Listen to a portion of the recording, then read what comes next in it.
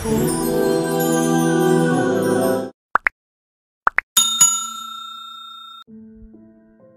ماها چی پرسیدن تا که برای همه ما و شما این سؤالها یک درس شود. السلام علیکم. داملا با سوال من جواب بگردانید.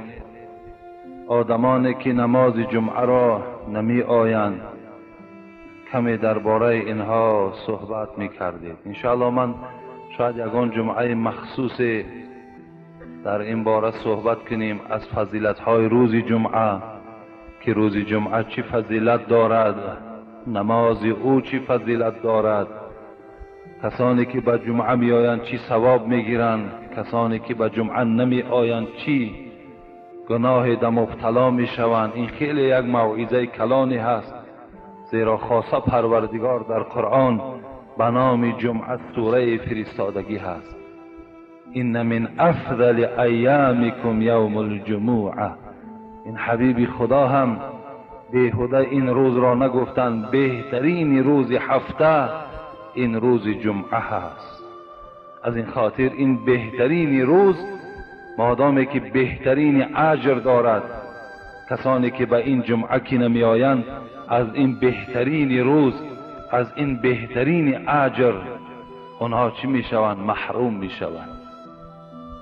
از این خاطر حبیب خدا هم در یک حدیث می فرماید: من ترک ثلاث جمع تهاونا بها تبع الله علی قلبه.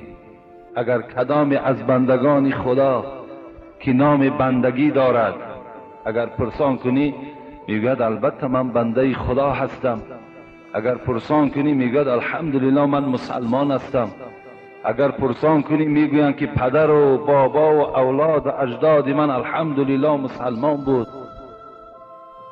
اگر این گونه بندگان گفت پیغمبری خدا، سه جمعه را اگر ترک کنند تهاونن، اگر تهاونن از روی تنبلی، از روی ناخوشی، از روی که راه من دور است یا دیگر سببها را اگر پیشه کنند نه آمدن، تبع الله علی قلبه، پیغمبری خدا گفتند که در این دل بنده پروردگار یک مهر سیاهی را میزند. یعنی این دل دیگر دل انسانی نمی شود، این دل دیگر از رحم و از انصاف خالی می شود. وقتی بالای او یک مهر، یک پیچت سیاه اگر زده که شد، دیگر این در این دل دیگر رحم و انصاف باقی نمی ماند.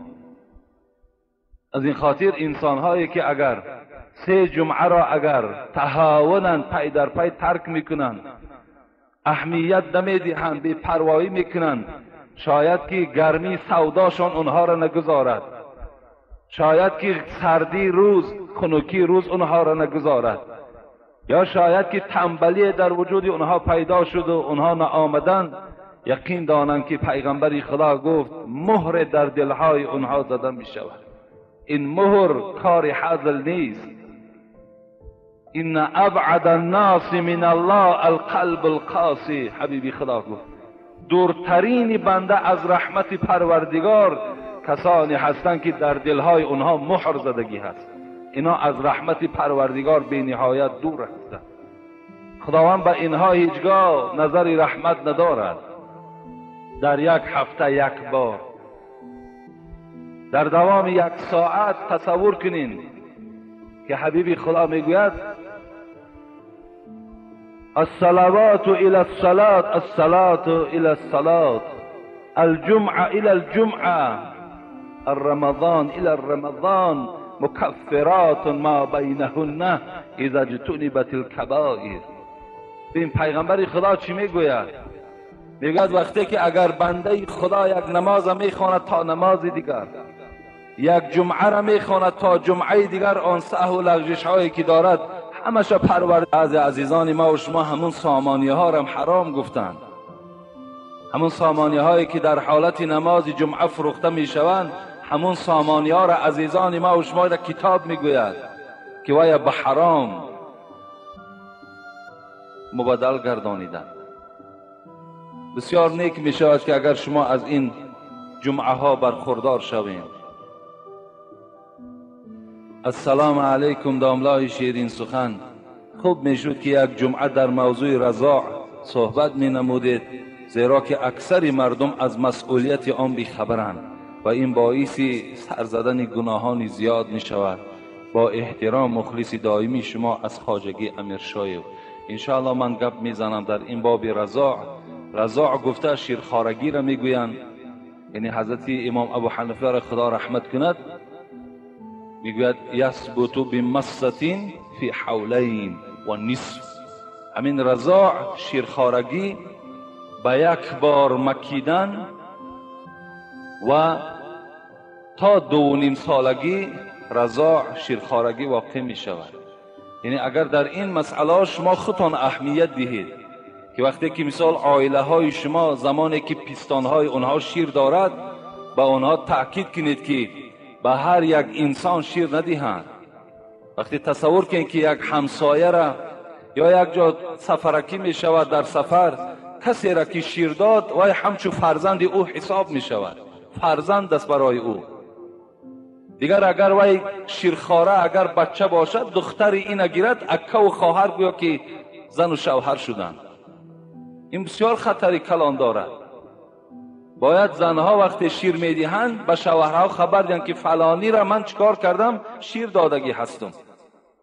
حضرت امام شافعی و دیگر امام ها خدا رحمتشان کند تا 2 سال گفتند، لیکن امام اعظم تا 2.5 سال گفتند.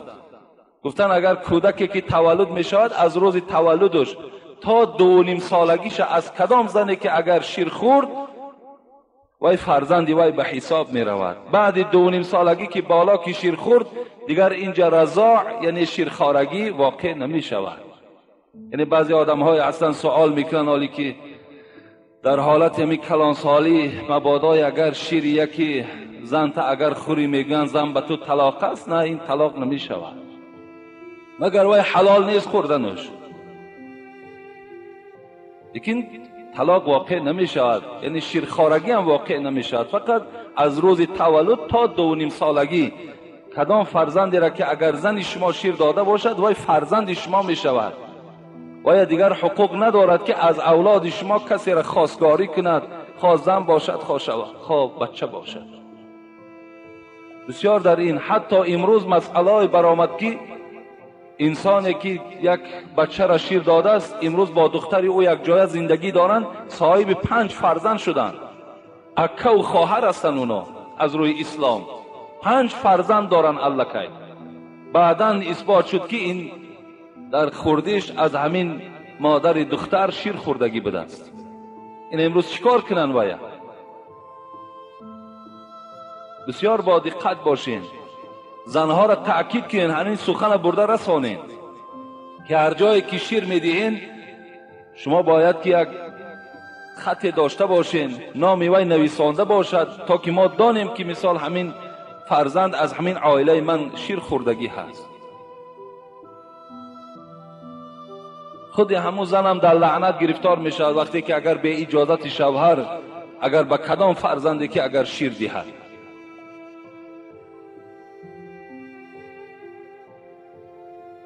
السلام علیکم داملای عزیز، آیا غسل روز جمعه واجب است یا سنت؟ زیرا که در یک حدیث که ابو سعید خدری روایت میکند میگوید که پیغمبر ما غسل روز جمعه را واجب گفته است. یعنی حدیث ابو سعید خدری رضی الله عنه که روایت میکند از حبیب خدا، در اصل پیغمبر چی گفتن؟ گفتن غسل یوم الجمعه واجب علی کل محتلم. این حدیث متفق علیه است، راویش ابو سعید خدری است. پیغمبر خدا گفتن محتلم گفته آدم بالغ میگن، بر هر یک آدم بالغ آبازی کردن روز جمعه واجب گفتن، واجب است. لیکن محدثا المراد من الوجوب الاختیاری گفتن، مراد از این واجبه که پیغمبر گفته است واجب اختیاری است، واجبه که ضرور امر کردگی نیستند. از این خاطر این روز جمعه را غسلش چگونه که صاحب مختصر هم خدا رحمت کند و میگه و سنه للجمعه والعیدین والاحرام والعرفه، یعنی سنت از غسل کردن از برای روز جمعه و سنت از غسل کردن پیش از عید رمضان و پیش از عید قربان و سنت از آبازی کردن پیش از آنی که حاجی ها احرام در بدنشان میپوشند و سنت از غسل کردن در روز عرفه که اینا در عرفات حاجی ها اونجا غسل میکنند. انا این روزه غسل کردنش یعنی سنت میگویند، این واجب نیست. حق لله على كل مسلم ان يغتسل في كل 7 ایام یغسل رأسه و جسده. پیغمبر خدا گفتند حق خداوند است بر ذمه هر مسلمان، حق خداوند است بر ذمه هر یک مسلمان این که در هر هفته یک بار کل بدنش شسته تازه کند. یعنی روز جمعه را اگر ما و شما به شستن تمام بدنهامان اگر انجام دهیم این به نهایت نیک می شود. هر کدام شما وقتی که جمعه می آیین کار کنین، دادرای عزیز و پدرای عزیز که غسل کنین، بدنهاتون با صابون شویید، اگر خوشبویی ها داشته باشد خوشبویی ها استفاده کنید، لباس های بهتری که دارین بهترین لباس هاتون پوشین و بعد به نماز جمعه بیایید. این حالت در شما خیلی ثواب کلانی را نائل میشوید. یعنی خلاص در تازگی خیلی اهمیت دهید، بسیار تازه باشید. روز جمعه هم که آبازی کردی اقلا در یک هفته 2 بار آبازی کن، 2 بار در همین شرایط که الحمدلله که آب مجانا است، مفت است. الحمدلله این چراغ هایی که امروز آبهای ما و شما را گرم کرده میتواند. شما یک چیز را فراموش نکنین، امروز مردم اروپا را تماشا کنین چند قدر تازه هستند. وقتی نگاه میکنی چند قدر آلفته هستند، چی در خوراک خوریشان، چی در لباس پوشیشان، چی در شکل شمایلشان. حال آنکه ان الله نظیف یحب النظافه، حال آنکه حبیب خدا میگوید پروردگار پاک است، پروردگار زیبا است، پروردگار تازه است، پاکیزه و تازه ها را دوست می‌دارد. این پاکیزگی از اسلام است. امروز اون مردم اینا استفاده میبرند و ما و شما مردم مسلمان خیلی در این مسئله قفا ماندگی هستیم. بسیار اهمیت دهید جوانای عزیز و پدرای مهربان، در مسئله تازگی خیلی اهمیت دهید. بدنهاتون دائم تازه نگه دارید. حتی یک شرطی پیدا شدن محبت بین زن و شوهرم در تازگی گفتن عزیزان ما. گفتن اگر زن دائم خودش را زیبا کند، اگر دائم زن بدنش را خوشبویی کند، اگر دائم زن اسمه و سرمه استفاده برد و شوهر به مجرد دیدن چکار میکند؟ باز محبت زندگیشان در بینشان زیاد می شود، از حساب لباس زیبا، از حساب شکل زیبا. حتی خدا رحمتشان کند ابن عباس را میگوید میدیدم که بسیار زنم برای من زیباگی میکرد. وقتی که من خانه می آمدم یا در جایگاه خواب که خواب میکردم، چه بهترین خوشبویی ها را عائله من استفاده می برد، سرمه میکرد، اسمه میکرد، یعنی همه شکل شمایلش بهترین صورت می آورد. اینقدر میگوید محبت مرا خداوند در دل وی جا کردگی بود، اینقدر من وی دوست می داشتم. لیکن من از حساب آن که زن من که این گونه بود خودم را مثل زنم منم زیبا میکردم، منم پاکیزه میکردم، تا که در بین هر دی ما محبت پیدا شود. بسیار اهمیت دید. در بدنتون اهمیت دادین، در لباستون اهمیت دادید، حتی در همون کرپچه هایی که در خانه می نشین همون آدم اهمیت دهید. حتی در خانه ای که شما خواب میکنید در همون هم اهمیت دهید. بسیار خلاصی گپ، بسیار آلفته باشید، بسیار تازه باشید، زیرا تازگی از اسلام است. در همه اطراف خانت نظر کن، در بعض خانه ها این جای طعنه کردن نیست، جای منت گذاشتن نیست. وقتی رفته باور کن طعام میخوریم، همون دستمالی که در دست ما میدهند که دستهامون پاکیزه کنیم، باور کن از بوی بدی و یا دیگر دست مالیدش نمیتونی. چندقدر یک بوی بدی در همون دستمال ها وجود دارد.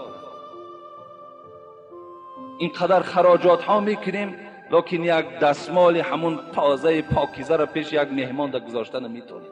حالا که حبیب خدا میگوید من کان یؤمن بالله والیوم الاخر فلیکرم ضیفه. شما اگر ایمانی بر خدا داشته باشین، ایمانی بر روز قیامت داشته باشین، مهمان هاتون احترام کنید. انا همین است احترام، احترامشون کنید.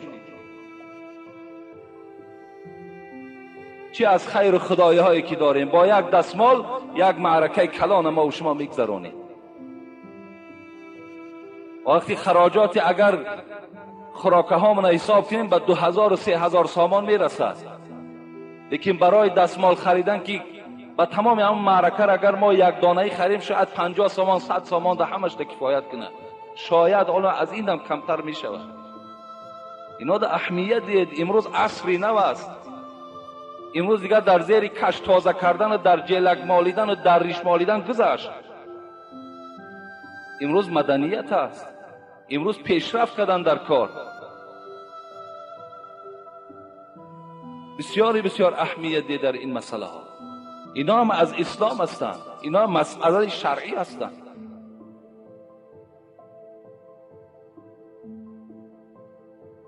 بعضی آدمانی که این سخنهای ما را شنیدن برای ما دستمالی نو میارن، لیکن برای با دیگرها دستمالی نو نمیتن.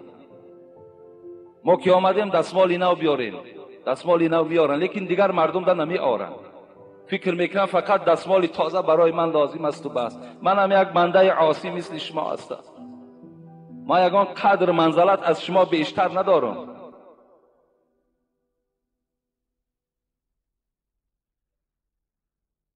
السلام علیکم داملا اکای حاجی مرزا. در نماز جمعه برای چی 2 بار اذان گفته می شود؟ این اذان اصلا در دوره های پیغمبر 1 بار بود، در دوره های حضرت ابوبکر صدیق هم 1 بار بود، در دوره های حضرت عمر هم خلافتش 1 بار بود. لیکن وقتی انبوه مردم که خیلی زیاد شد، الکه دوره های حضرت عثمان در کتاب ها میگوید که 2 اذان شد. 2 اذان شد. یکم اذانش برای چی بود؟ اذا نودی للصلاة من یوم الجمعه فاسعوا الى ذکر الله و ذروا البیع. یکم اذانش همین است که وقتی اذان یکم که گفته شد، ترک باید دکانها درهاش بسته شود، کارهای دنیایی همه ترک کرده شود. اذان دوم که گفته شد باید که الکه در نماز اونها قایم باشد. این یکم اذان گویم ساده کرده گویم، این آگاهی هست. آگاه باشید که عبادت پروردگار شروع می شود. کارهایی که دارین کارهاتون ترک کنین، طهارت کرده به مسجد حاضر شوید. و دوم اذانش الکه از اقامت صلات، یعنی از شروع نماز خبر می دهد. نماز تراویح اساساً چند رکعت است؟ مخلصان شما از امام تعریفی التماس جواب پورا دهید. نماز تراویح اصلا نزد عقیده من 20 رکعت است. 20 رکعت است. این یکی از سنت های حضرت عمر است. پیغمبر خدا گفتن علیکم بالسنت و سنت الخلفاء الراشدین و سنت الخلفاء الراشدین و عزوا علیها بالنواجذ. با سنت های من چنگ زنید و با سنت های چهاریار من چنگ زنید. از این خاطر این هم یکی از سنت های حضرت عمر است. از این خاطر 20 رکعت نماز در تراویح نزد ما و شما سنت است. همینش برای ما و شما بس است و کفایت کننده است. اون در بعض مسئله هایی که نسبت این تراویح اختلاف ها میراد، اونش ما کار نداریم. اوناش رویه ما نیست، اونا با مذهب ما نیست. برای ما و شما هم 20 رکعتش کفایت میکنه.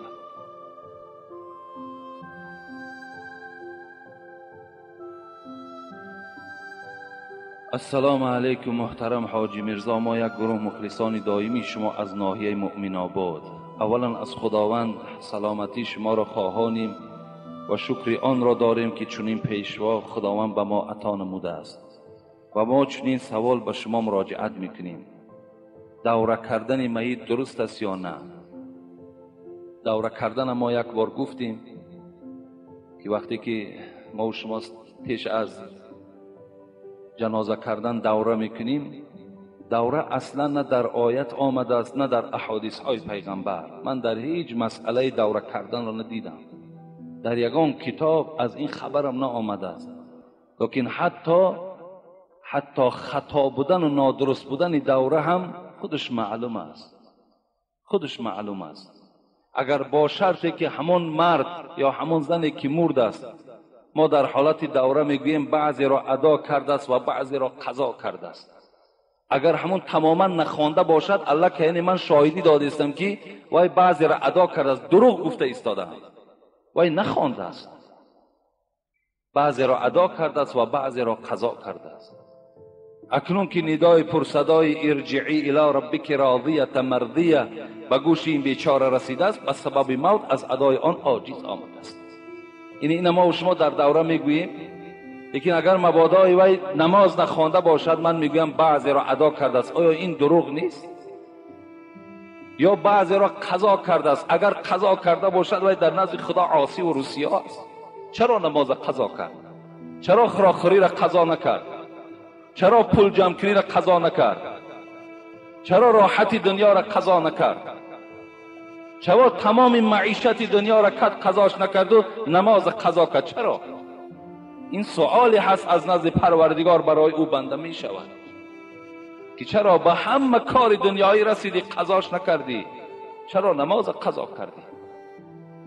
در قضاشان در نزد پروردگار گناهگار است، در نخواندنشان در نزد پروردگار گناهگار است. حبیب خدا گفتن لا سهم فی الاسلام لمن لا صلاة له.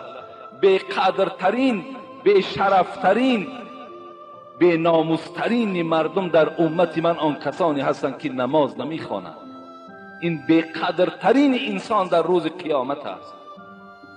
برای همین اون گندمی که ما میاریم در یک طبق میگذاریم، من نمیدونم باعث چی باشه. حالا که گندم برای فدیه صوم صلات ما داریم، دلیل ها داریم که فدیه دادن در کار برای ترک نماز و برای ترک روزه. یعنی اگر مبادا یک شخصیت از دنیا گذشت، در کدام حالت فدیه میتیم؟ فدیه نماز 2 کیلو گندم است. یعنی اگر مبادایی که یک پدر نماز بامداد خوانده نتوانست، به خاطر چی؟ به خاطر شرایط بودنش نه، بلکه در حالت بیهوشی بود. انا در همین حالت اگر نماز از او فوتید یا نماز پیشین هم از او فوتید و در نماز عصر اگر قضا کرد، او در حالت بیهوشی از دنیا گذشته بود. انا برای نماز بامداد و نماز پیشینش مثال فرزند همون 4 کیلو گندم فدیه صلات میتن.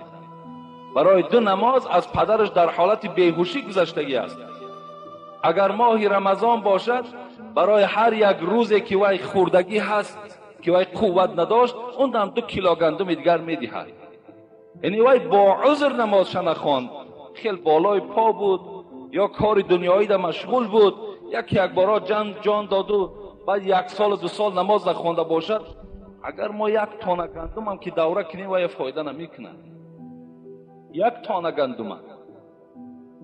این عقیده اصلش انا همین است. اگر مبادای در بین شما یگان ملا باشد یا یگان کتاب دلیل داشته باشد، برای من در خط نویسید، من در بین این مردم باور که دلیل را خوانده میتونم.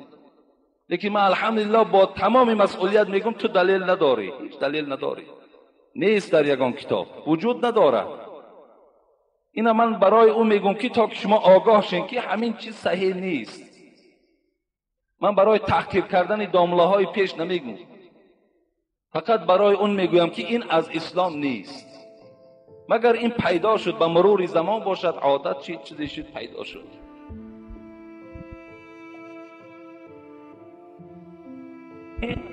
فرزند چی دختر باشد چی بچه، پدر و مادرشان از بالای سرشان بوسه کنند، علی الرأس، از تار سرشان.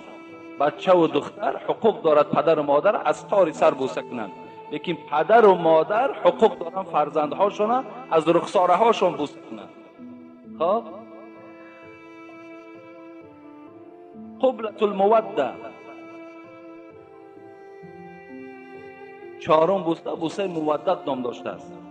هی قبلة الاخ للاخ او الاخت علی الجبهه. خواهر برادرش، برادر خواهرش فقط حقوق دارن که از پیشانی بوسه کنند. و آخر و قبلة الشهوه، آخرش قبله شهوت، بوسه شهوت است. هی قبلة الرجل لزوجته علی الفم.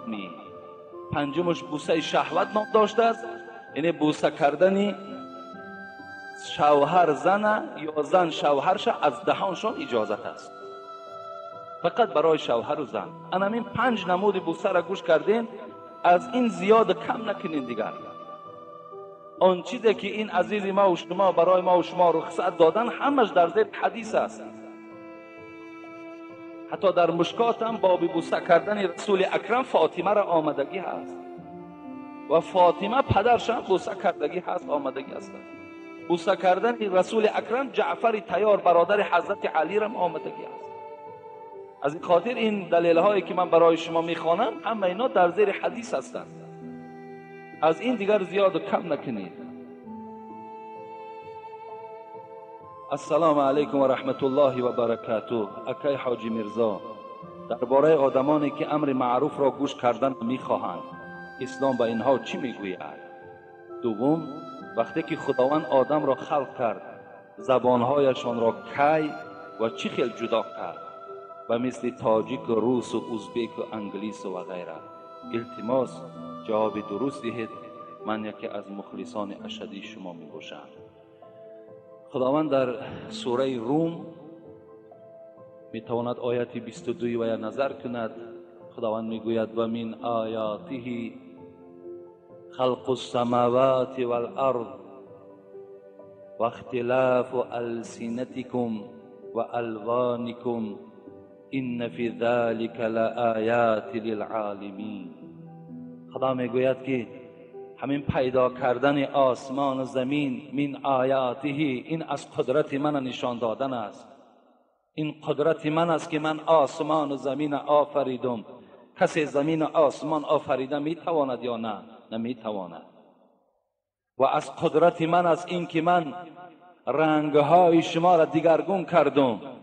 یکی از شما را سیاه کردم، یکی را سفید کردم، یکی را زرد و یکی را سرخ و دیگر نمودها را شما را مبدل گردانیدم.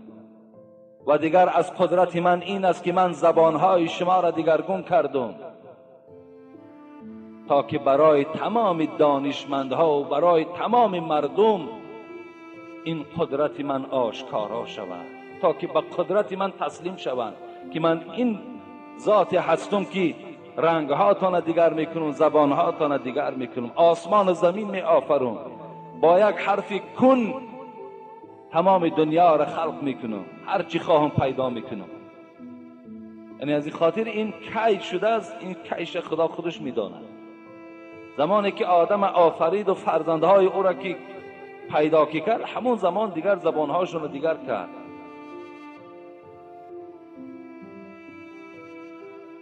در دیگر سوره قرآن هم است: یا ایها الناس ان خلقناکم من ذکر و انثى وجعلناكم شعوبا وقبائل لتعارفوا ان اکرمکم عند الله اتقاکم ان الله علیم خبیر. خدا میگه یا ایها الناس، ای مردم، من شما را از یک مرد و از یک زن آفریدم، یعنی از بابای آدم و از مام حوا شما را آفریدم و شما را من قبیله قبیله گردانیدم، یعنی هر کدام شما را به هر شهر پرتافتم. برای چی؟ برای چی زبانهاتون را دیگرگون کردم؟ برای چی شما را قبیله به قبیله جدا کردم؟ لتعارفوا، تا که با یکدیگر رفت آمد کنید، تا که با یکدیگر خویش و تباری کنید. تا که از یکدیگر عبرت گیرید. من به این خاطر شما را در هر گوشه های دنیا تقسیم کردم. لیکن کی چه خیل شد این خدا خودش میدونه، من نمیدونم. آدمانی که امر معروف و گوش کردن نمیخواهند.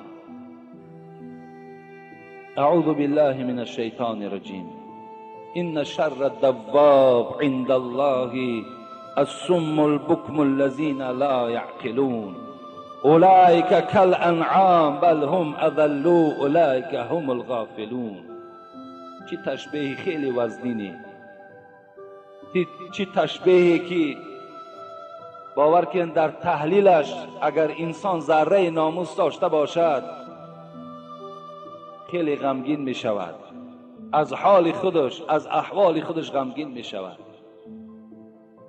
خداوند می گوید بدترین جنبنده در روی زمین، یعنی بدترین آن نام انسانی که دارد در روی زمین، کدام انسان از همه بدترین است؟ آن کسانی که کر هستند، آن کسانی که گنگ هستند، آن کسانی که کور هستند. اولئک کالانعام، خدا گفت این گروه، این کوران و کران و گنگان، اینا حیوان هستند. بل هم اضلوا، خدا گفت از حیوان هم دیده پستر هستند. اولئک هم الغافلون، اینا در غفلت هستند، از حیوان دیده پستر هستند. او حضرت سعدی را خدا رحمت کنه میگه مسکین خر اگرچه بی تمیز است گربار همه برد عزیز است. همین مسکین خر اگرچه خر است، اگرچه یک حیوان خیلی گویم آوازی ناخوب دارد، لیکن مادام خدمتی در مردم که میکند و شرف دارد و قدر دارد. اگر قدر نمیداشت امروز 200 سامان و 300 سامان ارخش نبود. هم قدر دارد میگه. لیکن انسانی که از امر معروف میگریزد، خدا میگه از همون حیوان هم دیده قدرش پستر است. کیا؟ گنگها کی است؟ کسانی هستند که امروز حقیقت به مردم نمیرسانند، حقیقت نمیگویند، گنگ هستند.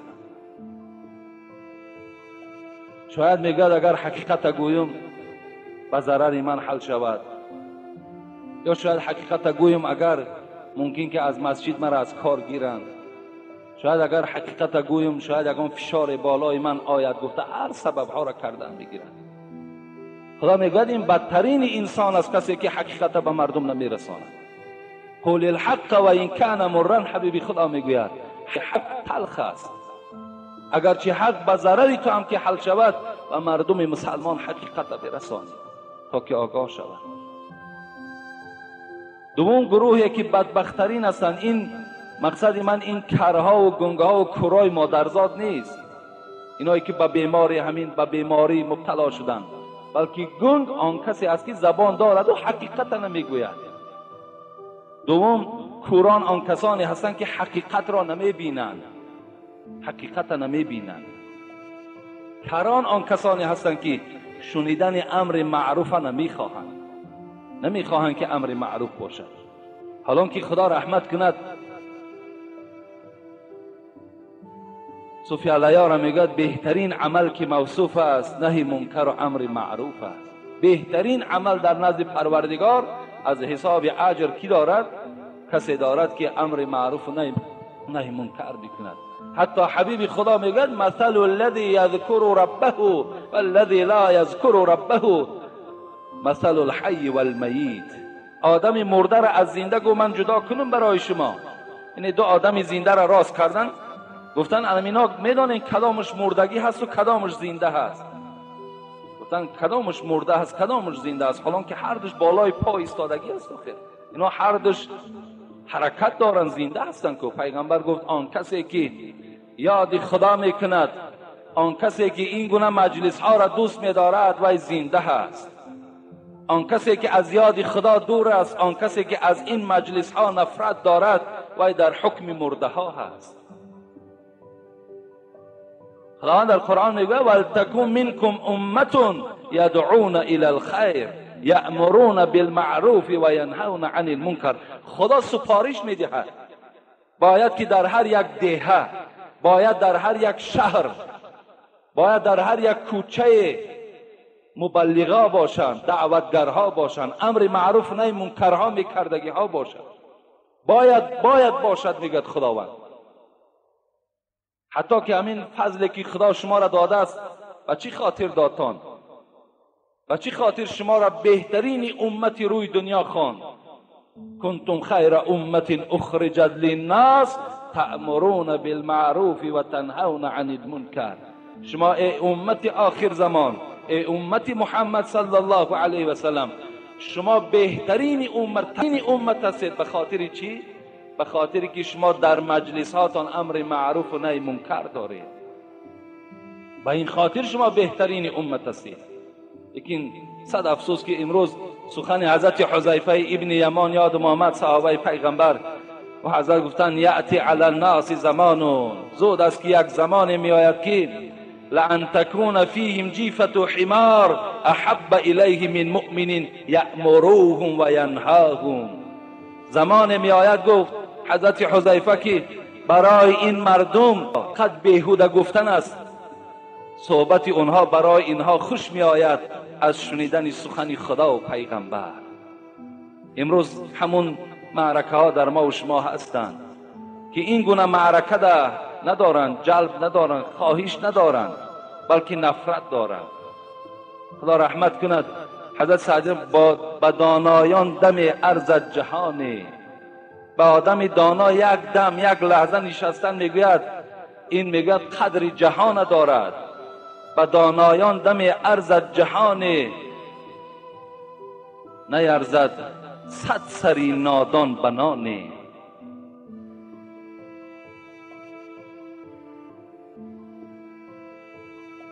کسی میخواهد، کسی دوست میدارد این معرکه ها را خوش به حال شد، حتی که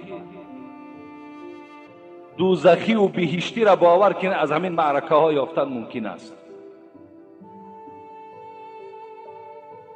حضرت جنونی را خدا رحمت کنه در معدن حالش میگد، کسی پرسید از سلطان ابرار، این دوزخی را از بهشتی از حساب همین معرکه جدا کردن، معرکه امر معروف. کسی پرسید از سلطان ابرار، شدم در مانده یک امر دشوار، ندانم من سعیدم یا که بدبخت، بهشتیم و یا در عقبه سخت. ای پیغمبر خدا، من نیکبخت هستم یا بدبخت؟ من بهشتی هستم یا دوزخی؟ ای حبیبی خدا برای من خبر ده. پیغمبر خدا چی گفت؟ بگفت حضرت معالایی به هر دیگ، دلی خود عرضه کن در صحبتی نیک. اگر مائل شود دل نیکبختی، بکش سوی عزیزان زود رختی. حضرت گفتن برای آن که تو بفهمی که دوزخی هستی یا بهشتی، برای آن که تو بفهمی که تو نیکبخت هستی یا بدبخت، در یک معرکه امر معروف رفتن نشین. اگر دلی تو در اونجا نرم شد، اگر خواهشی تو باز زیادتر شد، اگر تو به ساعت تیز تیز نگاه نکردی که تیزتر همین معرکه بود شود، بلکه در دلت گذرانیدی که شاید 2 ساعت باشد، شاید 3 ساعت باشد، اگر این چنین لحظه ها در دل تو که پیدا شد، حضرت گفتن که تو یقین دان که تو نیکبخت هستی، یقین دان که تو بهشتی هستی. در دوامش چی گفتن؟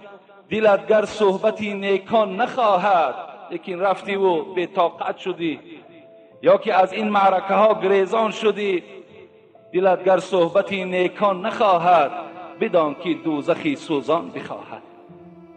حضرت گفتن مادامی که در این خیل معرکه ها که بی طاقت شدی و نفرت پیدا شد، یقین دان که تو بدبخت بوده ای، یقین دان که تو دوزخی بوده ای. آن کسانی که به بیعت از امت من نیست معنی داد کنید. این بیعت من از این میفهمم که پیغمبر خدا گفتن کل امتی یدخلون الجنة الا من ابا. قیل یا رسول الله و من یعبا؟ قال من اطاعنی دخل الجنه و من عصانی فقد ابا. این برادر سوال کرده است کسی از دنیا به بیعت گذرد،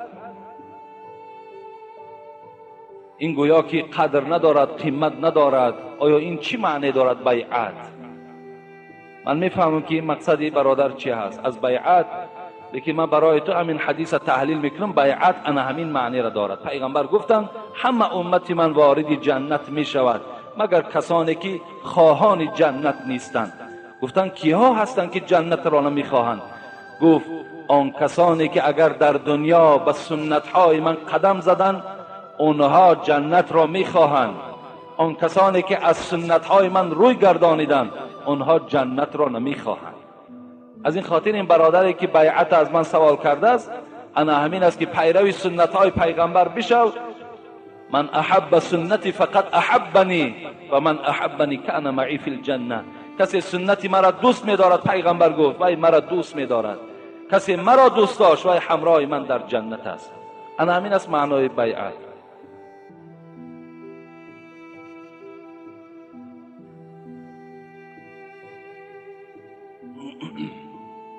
داملای عزیز السلام علیکم. یک حاجی همسایه داریم، دخترهاش کسی خواستگاری نمیکند. خیر قضای الهی همین بوده است. باز چگونه حاجی هست که دخترهای ما را نیز سیاه میکند و خواستگارها را از راه میزند؟ این چگونه همسایه داری هست و این چگونه حاجگی هست؟ شهر دوشنبه التماس مفصل جواب گویید.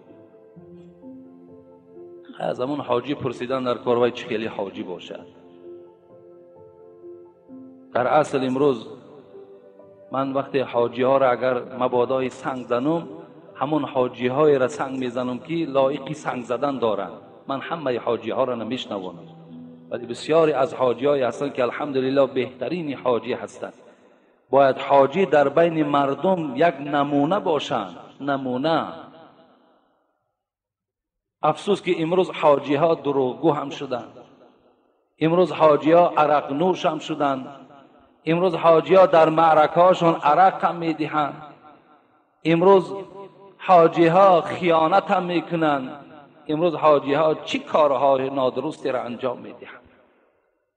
بسیار این باور کنین یک شرم است، عیب است که اینقدر مکان مقدس رفته زیارت کردن، پس آمده تا جایی که بهبودی در عملهای تو پیدا شود برعکس. شاید همون حدیث پیغمبری خدا باشد که شما حاجی‌ها را آن زمان فهمین که حج‌هاشون قبول شد که اگر فعلشون دیگرگون شدگی باشد. اگر تا زمان حج دروغگو بود، رفت آمد راستگو شد، یقین دانین که وای حجش قبول شد. اگر تا زمان حج وای عرق فروش بود، آمد عرق فروشی را پرتاب، یقین دانین که او را حجش قبول شد. یا دیگر خصلت‌های ناخوبی که داشت اونها را ترک کرد، دانین که حج او قبول شد. بسیاری از حاجی‌های ما بعضی کبر هم دارند، بسیار سرکشی ها هم دارند. بسیار از همه اونها خواهش میکنم که حاجی هم که باشین الحمدلله آدم هستین، انسان هستین، خاکسار شوین. حضرت مولوی جنی را خدا رحمت کند و میگوید ملا شدی و شیخ شدی دانشمند، ملا شدی شیخ شدی دانشمند شدی، ملا شدی و شیخ شدی دانشمند، بین جمله شدی ولی مسلمان نشدی.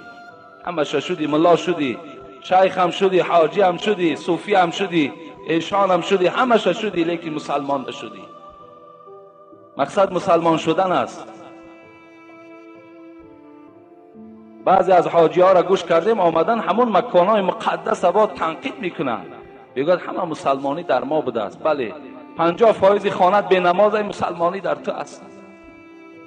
تمام معرکات به عرق میگذرد، مسلمانی در تو است. دخترات همه بی حیا هستند، مسلمانی در تو است. اینا در ما و شما حقوق نداریم.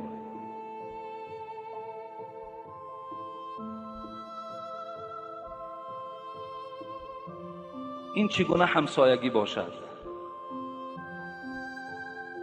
حبیب خدا میگد ما زال جبرئیل یوسینی بالجار حتی ظننت انه سیورثوه. هرگاهی که حضرت جبرئیل نزد من می آمد فقط و فقط برای من در باب همسایه بی نهایت تأکید ها میکرد که با همسایه ها بسیار معامله خوب کن، با همسایه ها بسیار معامله خوب کن. حتی گمان کردم این که وقتی از دنیا گذرم شاید همسایه از همسایه میراث میبردگی باشد. تا این اندازه من نگاه گمان کردم. پیغمبر خدا میگوید والذی لا یؤمن والله لا یؤمن والله لا یؤمن والله لا یؤمن.